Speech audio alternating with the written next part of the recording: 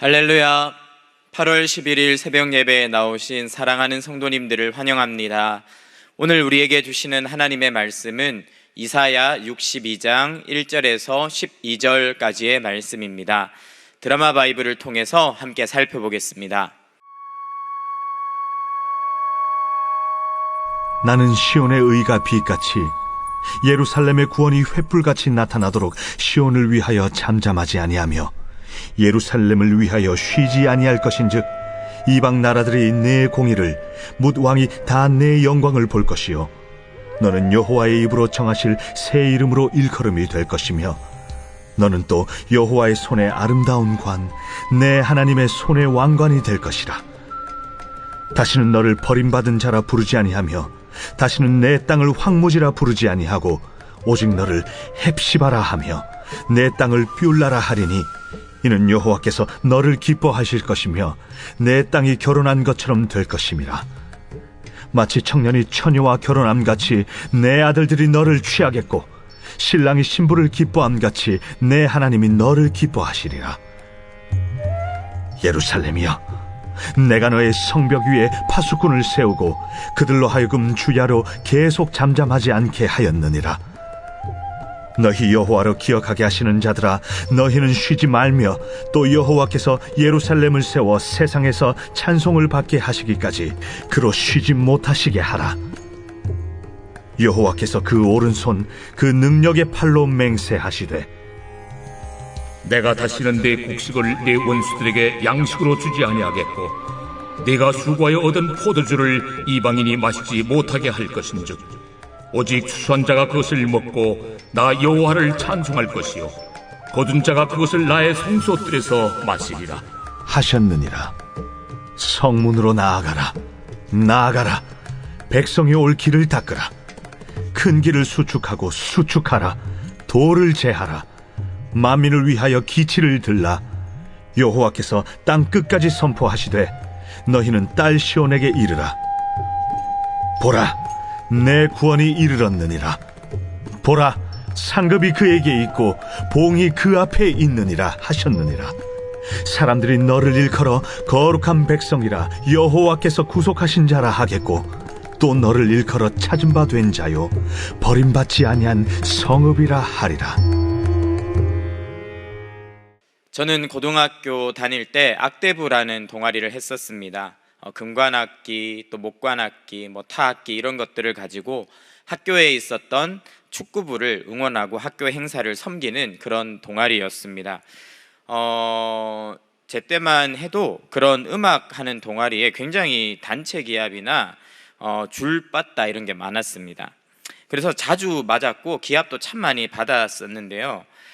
맞아서 아프고 또 너무 기압이 심하다 보니까 머리 껍질이 벗겨지는 그런 일들도 겪었는데 정말 힘들었던 거는 도대체 내가 왜 이렇게 맞아야 되는지 이유를 모를 때, 왜 이렇게 힘들어야 되는지 이유를 모를 때 그게 오히려 힘들었던 것 같습니다. 이유만 알아도 기꺼이 정말 버텨낼 수 있을 것 같은데 영문 없이 맞으려니까 너무 마음이 힘들었던 것 같아요. 우리는 하나님 앞에 코로나라는 매를 오랫동안 맞고 있는 것처럼 느껴집니다. 참 힘들고 어려워요. 그런데 계속 힘들고 어렵기만 하면 이 시간이 고문과 같습니다. 하지만 이 하나님의 뜻이 무엇인지를 알게 될 때 우리는 이 코로나의 기간을 단순한 고통과 고난의 시간이 아니라 하나님의 메시지로 우리를 향한 축복으로 이해할 수 있는 지경이 열리는 것 같아요. 오늘 본문에서 포로 시기를 보내고 있는 이스라엘 백성들에게 하나님은 자신의 매의 의미에 대해서 알려주십니다. 하나님의 매는 사랑으로 주어지는 매이며 우리를 변화시키는 매이고 나아가서 생명을 살리는 매다라는 것을 보여주시는데 본문을 살펴보면서 함께 하나님의 뜻을 알아갔으면 좋겠습니다. 먼저 이스라엘 백성들이 계속 이사야서를 읽으시면 하나님 왜 이렇게 우리가 힘든데 침묵하시고 숨어 계십니까? 하면서 불평하는 장면이 나옵니다. 70년의 포로 생활이 너무나 가혹하고 힘들었기 때문이에요. 그런데 사실 이스라엘 백성들이 힘든 건 이해가 되지만 70년이라는 시간이 그렇게 가혹하지만은 않았습니다. 왜냐하면 이스라엘이 하나님을 배신한 죄악의 역사는 1000년을 넘어가거든요. 그 오랫동안 하나님을 배신하고 하나님께 등 돌리고 우상 숭배했던 죄악의 역사에 비하면 하나님의 징계의 매는 너무나 가벼운 것이라고 할 수 있죠.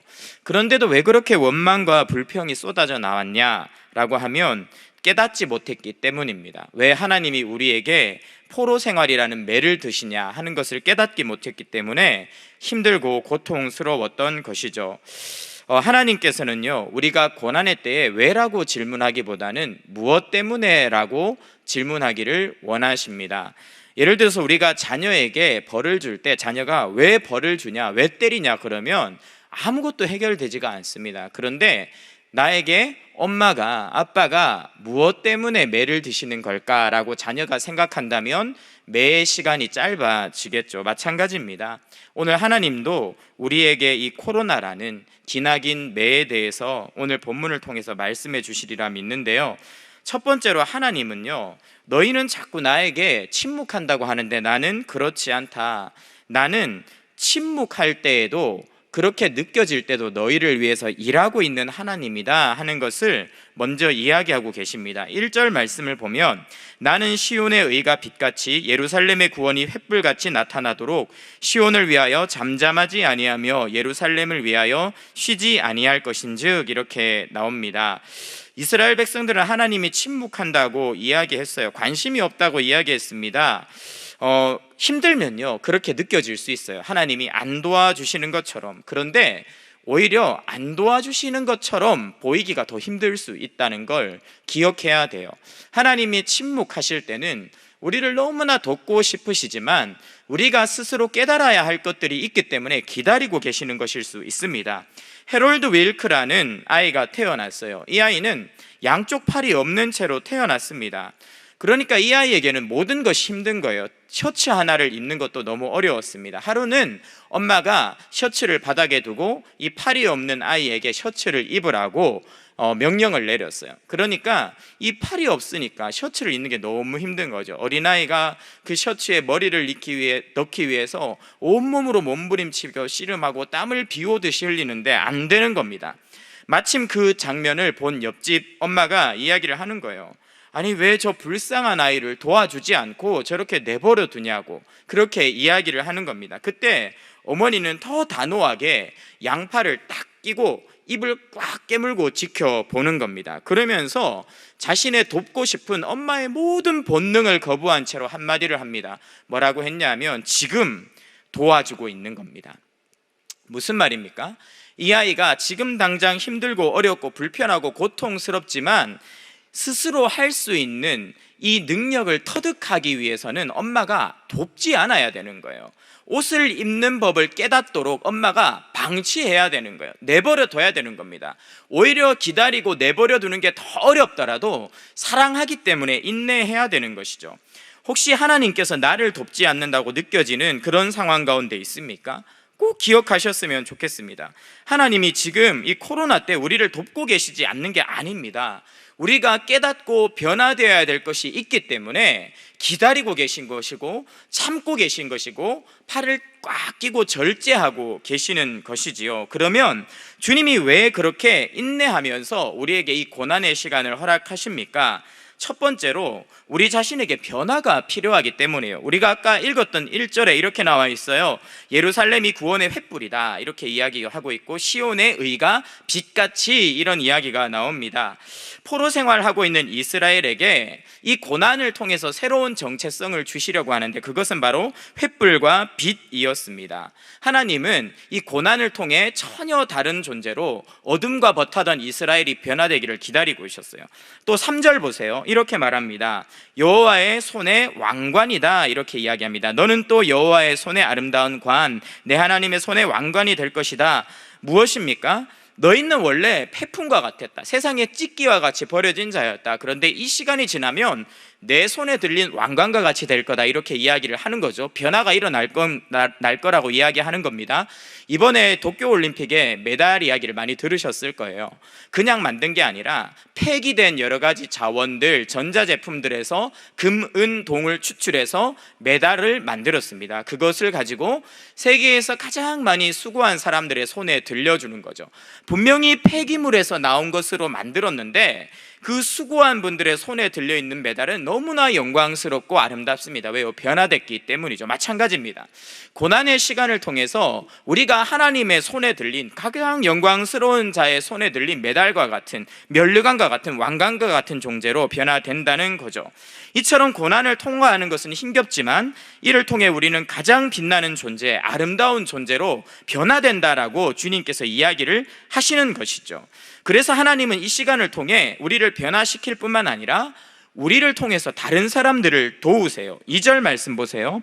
이방 나라들이 내 공의를 무당히 다 내 영광을 볼 것이요 너는 여호와의 입으로 정하실 새 이름으로 일컬음이 될 것이다. 이방 나라들에게 내가 좋은 선한 영향을 끼치게 될 것이다 라고 하나님께서 이야기를 하고 계십니다. 11절과 12절에도 보면요, 땅끝이라는 말을 하고 그 땅끝의 사람들에 대해서 언급하는데 이 고난받은 이스라엘 통해서 그들에게까지 아름다운 영향을 끼치게 될 거라는 것이죠. 우리가 빛과 햇불과 같은 존재가 되면 어둠에 있는 자들을 비추게 되고, 폐기물과 같았던 우리가 하나님 손에서 금메달과 은메달과 동메달이 되면 이 세상의 모든 버려질 것 같은 인생들에게 나도 저렇게 될 수 있구나, 나도 하나님의 손에 붙들리면 은혜를 입을 수 있구나 하는 것을 보여줄 수 있는 통로가 된다, 다른 사람들을 위한 메시지가 바로 너다라고 이야기를 하시는 겁니다. 요셉을 한번 생각해 보세요. 그는 굉장히 어려운 고난을 당했어요. 그런데 그가 그 고난의 힘든 토날을 통과했을 때 어떻게 됐습니까? 가족을 살리는 자가 됐고 나가서 나라와 민족을 살리는 자가 됐죠. 모세도 마찬가지입니다. 광야를 방랑해야 됐어요. 살인자가 되어서. 그런데 그 오랜 광야의 시간을 통과한 다음에 민족을 이끄는 지도자가 되죠. 이처럼 하나님은 고난을 통해서 우리를 변화시키시고 다른 사람을 살리는 존재로 이끌어 가십니다. 그러면 이렇게 하나님을 통해 하나님께서 우리를 빚으시는 동안, 이렇게 변화시키시는 동안 우리는 가만히 있기만 하면 되느냐? 그렇지 않다라고 이야기합니다. 우리가 해야 될 것이 있는데 그것이 6절이에요.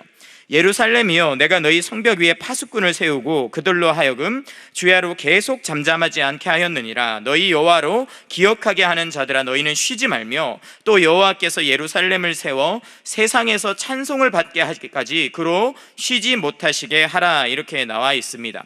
하나님께서 파수꾼을 세우셨는데 이 파수꾼이 할 일은 딱 하나인 거예요. 하나님께서 잊지 않도록, 쉬지 못하도록 계속해서 외치고 부르짖는 겁니다. 이 파수꾼이 천사인지 선지자인지 뭐 다른 존재인지는 학자들도 의견이 분분해서 뭔지 몰라요. 그런데 파수꾼의 역할은 딱 하나입니다. 하나님께 끊임없이 구원을 외치고 도움을 외치고 하나님께 부르짖는 것이죠. 이 부르짖는 것이 무엇입니까? 하나님께 끊임없이 외치는 것이 무엇입니까? 그것은 바로 기도입니다. 하나님은 이 파수꾼의 이야기를 통해서 내가 너희를 선하게 변화시킬 거니 너희는 잠잠하지 말고 고통 속에서 부르짖어라, 나에게 외치라 라고 이야기를 하고 계신 거죠. 고난의 때에, 우리의 마음이 힘들 때, 마음이 두려울 때 하나님께 부르짖으면 된다, 하나님은 그때 우리를 도우신다라고 이야기를 하고 계신 겁니다. 그러면요, 사실 하나님은 잊지도 않으시고 쉬지도 않는 분인데 침묵하는 것처럼 느껴질 때조차도 우리를 위해서 기다리시고 인내하시며 누구보다 힘써서 사랑하고 계신 분인데 굳이 기도할 필요가 왜 있냐는 거예요. 왜 내가 기도해야 되냐, 이렇게 버티는 것도 힘든데 기도까지 해야 될 이유가 있느냐라고 할 수 있는데 그 이유가 있어요. 그것은 바로 우리 자신을 위해서입니다. 먼저 6절 7절 말씀을 보면요, 하나님께 부르짖는 파수꾼들이 하나님께 부르짖음으로 인해서, 외침으로 인해서 하나님의 일에 동참하고 있다는 것을 우리가 알 수 있게 돼요. 하나님은 알아서 다 하는 일 다 하시고 있지도 않으시지만 외침으로써 그 하나님의 완전하심에 동참하는 특권을 누리게 됩니다. 요즘 우리가 올림픽 하고 있잖아요. 우리가 화면으로 막 응원을 하는데 선수들에게 들리지도 않아요. 어떤 영향도 미칠 수 없습니다. 그런데 우리가 그렇게 막 외치고 대한민국을 응원하고 대한민국이 득점할 때 함께 소리를 지르고 위기에 있을 때는 함께 가슴 졸일 때 우리는 한 팀이 되는 거예요. 선수들과 한 몸이 되어서 그 현장에서 함께 뛰는 운명 공동체가 되는 것이죠. 하나님은 우리의 기도 없이도 모든 일을 이루시는 분이십니다. 실수가 없으신 분이에요. 그런데 우리가 기도할 때 우리는 그분의 일하심의 동역자로 세워집니다. 그분과 한 팀으로 세워지는 것이죠. 그분의 일하심을 보고 듣고 느끼고 깨달을 수 있는 눈과 영적인 감각과 분별력을 얻게 되는 것이죠.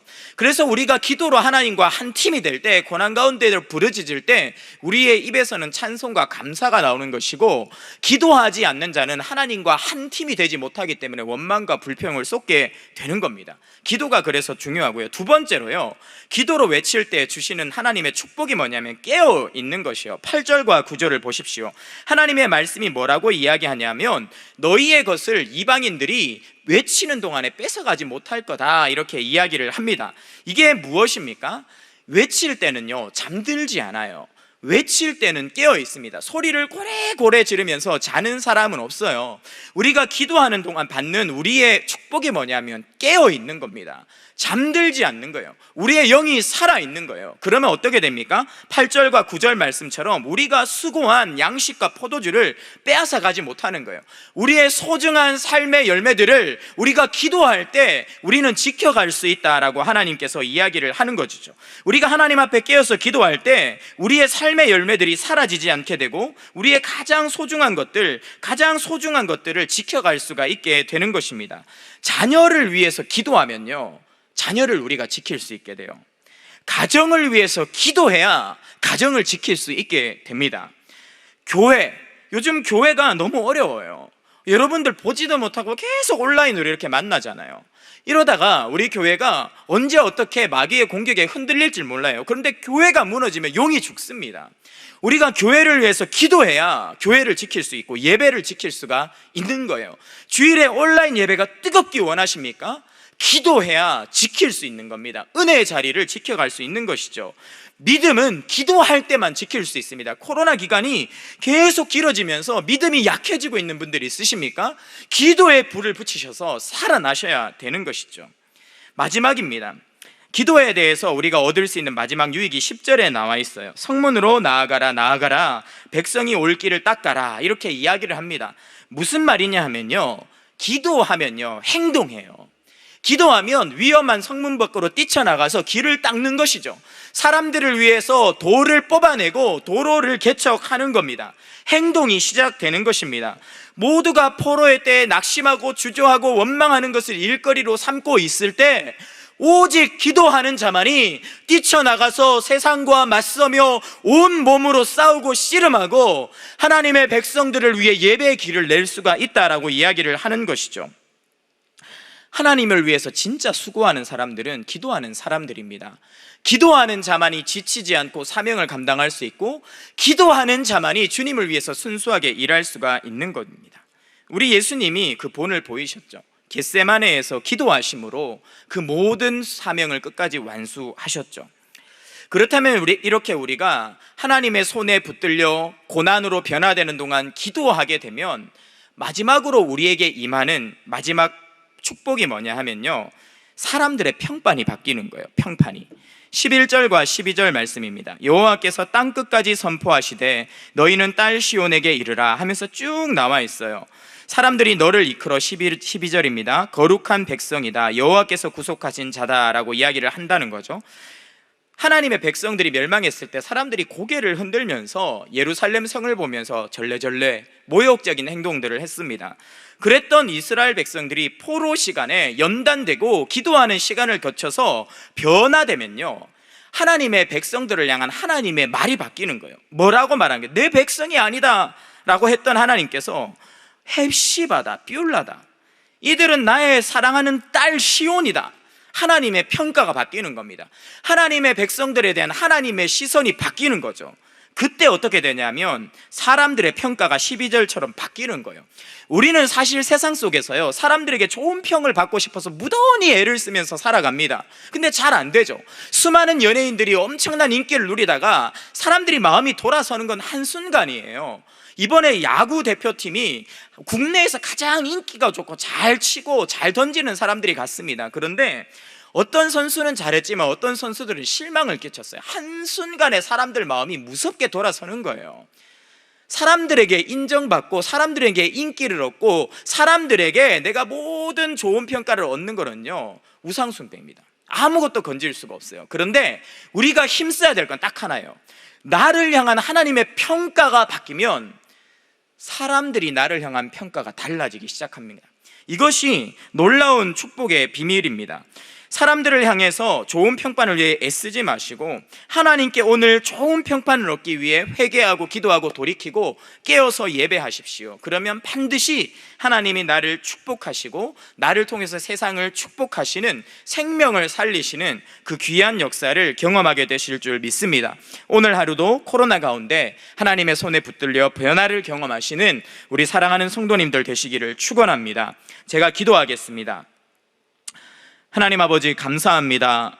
코로나라는 어려운 고난 속에서 우리에게 왜 하나님께서 침묵하시는 것처럼 느껴지는지, 왜 인내하시며 기다리고 계시는지 깨닫는 지혜가 있기를 원합니다.